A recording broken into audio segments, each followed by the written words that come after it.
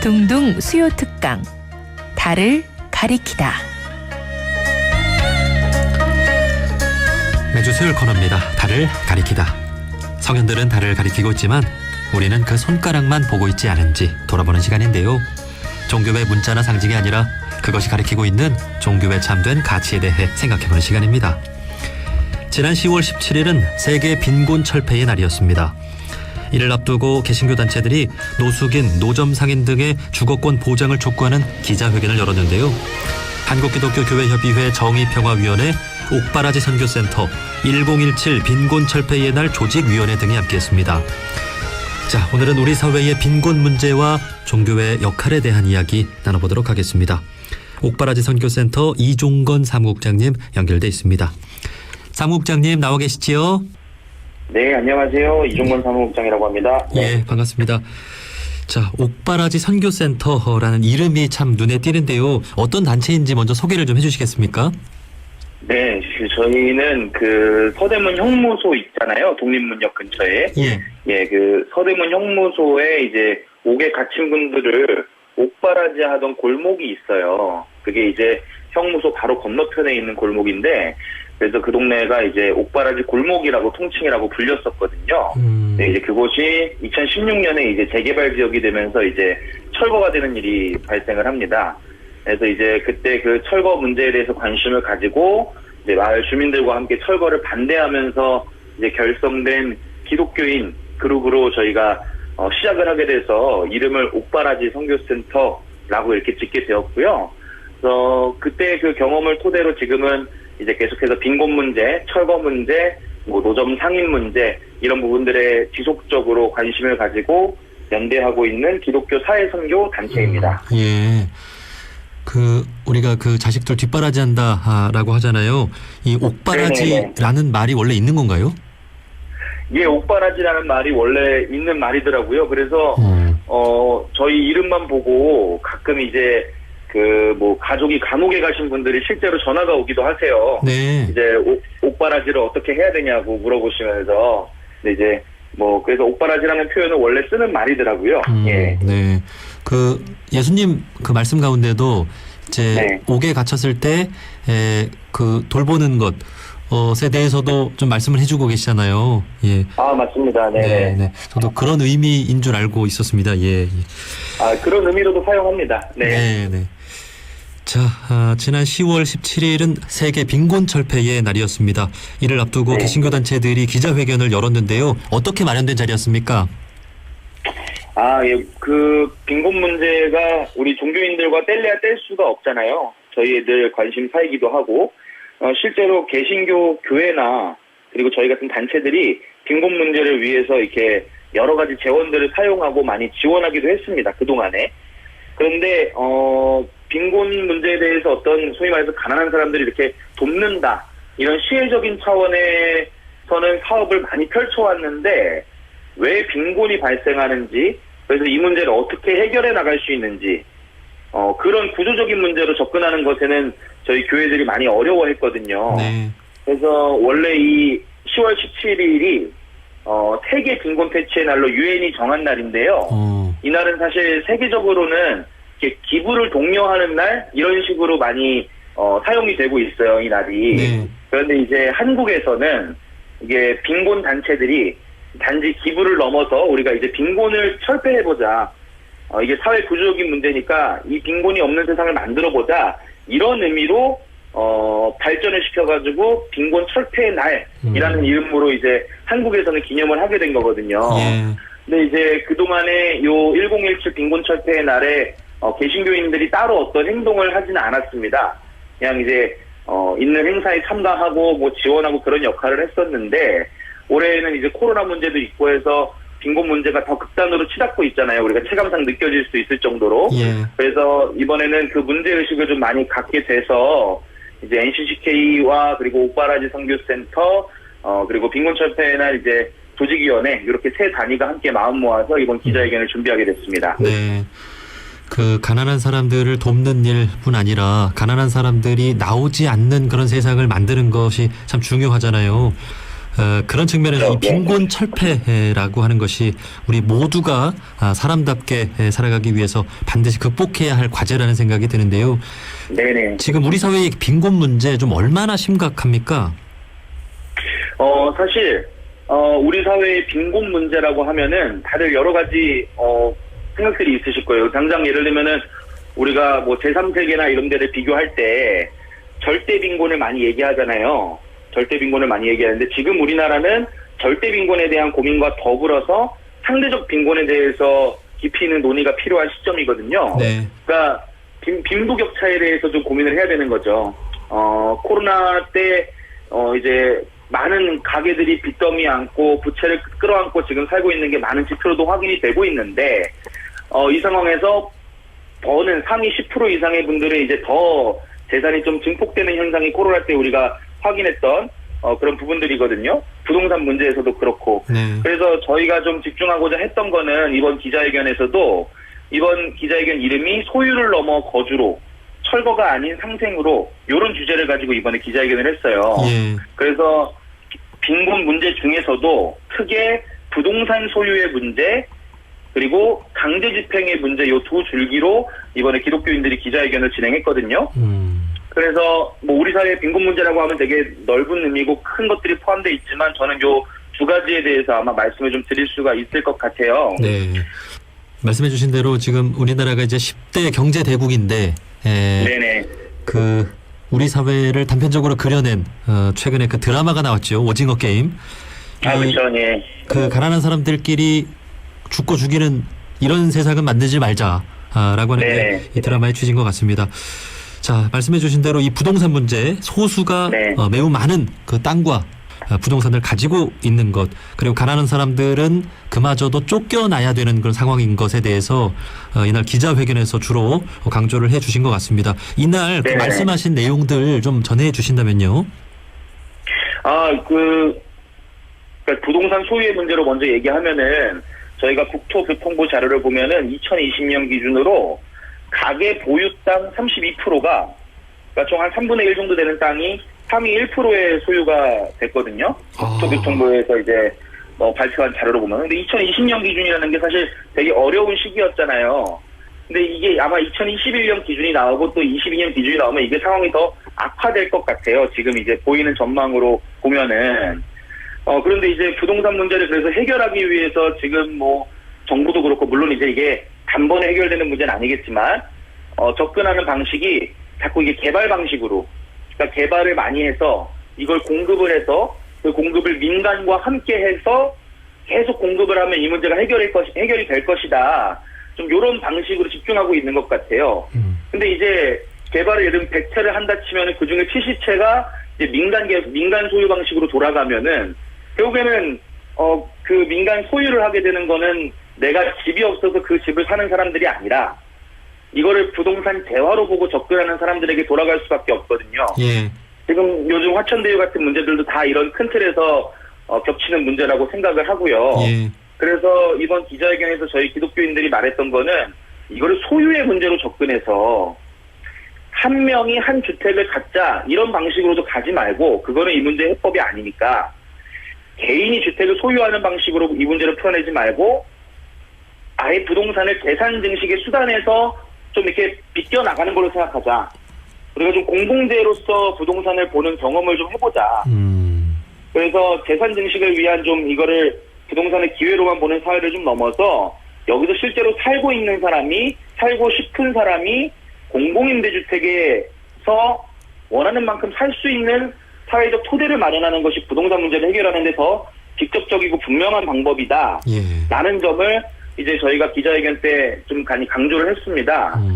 그래서 뭐 이게 기독교인들만 사실 얘기하고 있는 거는 아니고요. 지난 10월 4일이 이제 주거권의 날이었어요. 저희가 이제 소유권도 얘기하고 뭐 사유재산권 얘기하고 많은 걸 얘기하잖아요. 네. 그런데 이제 지금 세계적으로는 주거권이란 걸 논의를 하고 있거든요. 그러니까 주거가 권리가 된다라는 거죠. 그래서 얼마 전에는 그 빈곤운동 활동가들이 10년간 방치돼 있던 국공유지를 점거하기도 했습니다. 점거하면서 했던 말이 이렇게 방치하지 말고 이걸 민간 개발로 돌리지 말고 그래서 땅값을 올리지 말고 이런 부지들을 그리고 앞으로 예정되어 있는 개발들을 공공임대주택을 전적으로 보장하는 방식으로 좀 개발이 진행되어야 된다. 네. 요런 얘기들을 하기도 했는데, 같이 기자회견을 준비한 기독교인들도 그 문제에 굉장히 공감을 하고 있고요. 또 저희 같은 경우는 땅은 하나님의 것이고, 우리는 여기를 잠시 거쳐가는 거류민들이다. 이런 좀 성경 말씀을 좀 토대로 사역을 하고 있기도 하거든요. 예, 그래서 뭐 그런 지점에 맞닿아서 부동산에 관련해서는 또 그런 주장을 했었습니다. 네. 그리고 그 노숙인과 노점 상인들이 그 좀 쫓겨나고 있는 상황에 대해서도 좀 지적을 해 주셨죠? 네, 맞습니다. 그 부분 같은 경우는 사실 코로나 때 방역 지침이 지금 2년 동안 특히 소상공인들한테 굉장히 집중돼서 일어나고 있잖아요. 네. 물론 어쩔 수 없는 부분이 있는 것 같아요. 예, 방역에 있어서 우리가 감수해야 되는 부분이 있지만, 그런데 월세가 내려가진 않는단 말이죠. 그거는 소유의 문제로 개개인의 문제로 이제 엮여 있으니까. 그래서 월세나 이런 부분에 있어서 소상공인들이 견뎌야 될 부담에 대해서는 줄이는 방법을 전혀 고민하지 않고 무조건적인 이제 방역으로 개인이 책임을 지는 방식으로 지금 가고 있는데, 그 상황에서 또 강제 집행은 이루어지더라고요. 저희가 지금 2년 동안 경험한 게 예를 들면 철거민들이 자기들의 생존권을 주장하는 집회는 하지 못해요. 방역이니까. 소상공인들이 건물주와의 분쟁이 있을 때 그 문제에 대해서 목소리를 내는 집회 같은 거는 당연히 하질 못해요. 마찬가지로 노점 상인들도 마찬가지고. 그러면은 지금 이 긴급 상황인 걸 고려해서 강제 집행도 우선은 보류를 하는 것이 저희가 볼 땐 맞다고 생각하는데, 예. 강제 집행에 대해서는 이제 있는 그대로 진행을 하고, 노숙인들에 대해서는 퇴거 조치를 있는 그대로 진행을 하면서 한쪽에서는 이제 모두를 위해서 방역을 위해서 우리가 참아야 된다 이 얘기를 하니까, 네. 사실은 이런 소상공인이나 노숙인이나 이런 분들 입장에서는 아주 뭐랄까 마음이 착잡하죠. 예, 마음이 불편한 게 있습니다. 그래서 저희가 그 부분에 대해서도 지금 강제 집행은 우선 중단을 해야 되고, 노숙인들에게 필요한 거는 역사에서 쫓아내는 게 아니라, 역사에서 쫓아낸다고 코로나 문제가 사라지는 게 아니잖아요. 네. 그분들은 계속 거리를 떠돌아야 되는데, 그래서 최고의 방역은 주거 환경이 보장되는 것이다 이런 얘기를 하기도 했고요. 노점상이나 이런 것에 대해, 노점상 소상공인에 대해서도 월세나 뭐 이렇게 지속 가능하게 장사를 할 수 있는 방법에 대해서 국가가 고민을 해야지, 지금 진행되고 있는 강제 집행이나 뭐 이런 체납 이런 거에 대해서 압류하고 뭐 이런 방식을 그대로 내버려두면서 방역만 얘기하는 것은 조금 앞뒤가 맞지 않다, 그런 얘기를 주장하기도 했습니다. 네.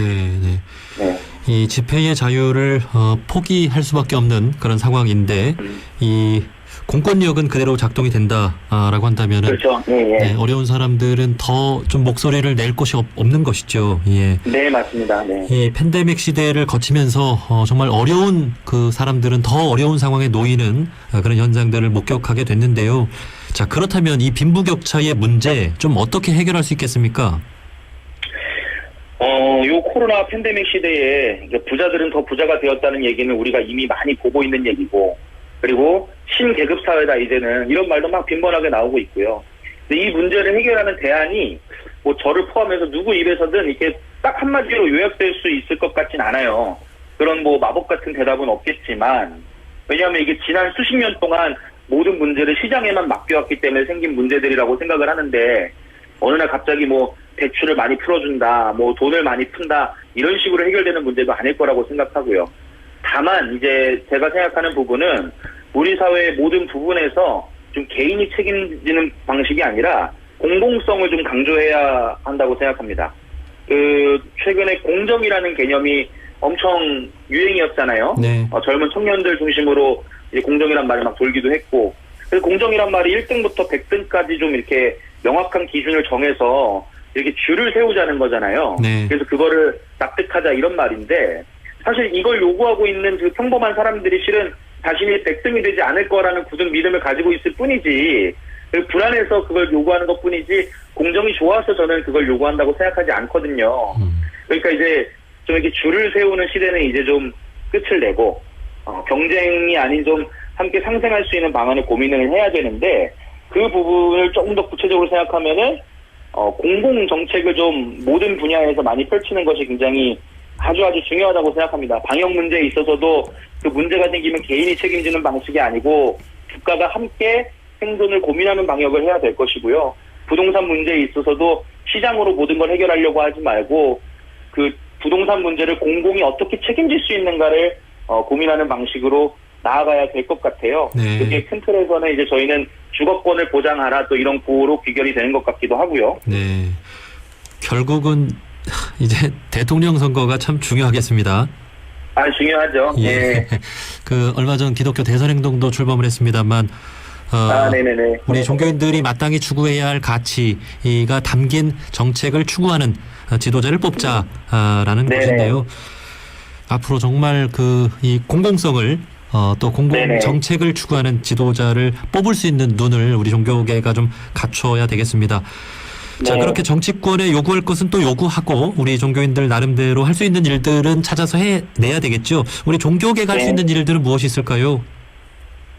저는 정말 많은 일들이 있다고 생각을 해요. 뭐 대선도 중요하지만 대선도 결국 지나가는 것이고 중요한 거는 우리가 지금 이 부동산이나 공정이나 이 경쟁이나 이거에 되게 찌들어 있는 이 세계관을 어떻게 바꿔나갈 수 있는가에 대한 부분은 정말 종교인들의 역량이 많이 강조되는 부분이라고 생각하거든요. 예. 그래서 뭐 부동산 투기, 그게 어려우면 주식을 하고 그마저 안 되면 막 청년들이 코인을 하고 이 고리에 우리 종교인들이 들어가면 안 된다.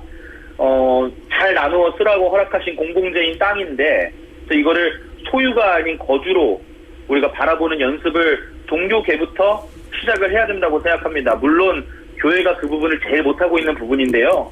교회가 이제 많은 재산을 가지고 있는 것만큼 그런 부분에 있어서 뭐 교회 공간을 공공으로 돌린다든지 뭐 주변 동네 주민들을 많이 초대하는 공공의 개념을 확장한다든지 좀 이런 시도들이 작게는 필요할 것 같고 그리고 이제 공공이란 개념이 원래 종교가 얘기하기 되게 편한 개념이고 어떻게 보면 종교로부터 나온 개념이잖아요. 그렇죠. 우리는 각자 알아서 살라고 창조된 존재들이 아니고 좀 서로가 서로를 책임지는 시스템을 만들어가는 게 저희 그 기독교 언어에서는 이제 하나님 나라를 만들어가는 거다 이제 그렇게 이야기하는데 좀 이런 고민들을 종교 울타리를 넘어서 사회 전반에 여러 가지 영향력을 끼치는 방향으로 좀 역할을 해냈으면 좋겠습니다. 예.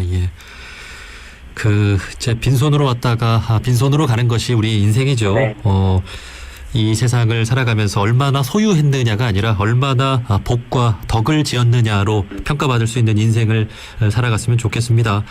네. 자, 그렇게 누구나 좀 먹고 자고 일할 수 있는 그런 세상을 만드는 일 참 중요한데요. 끝으로 좀 못다한 말씀 있다면 마지막으로 한 말씀 해주시고 마무리를 하죠. 네, 뭐 많은 말을 한 것 같은데 뭐 제가 마지막으로 드리고 싶은 말씀은 얼마 전에 어떤 청년이 저한테 와서 그 얘기를 하더라고요.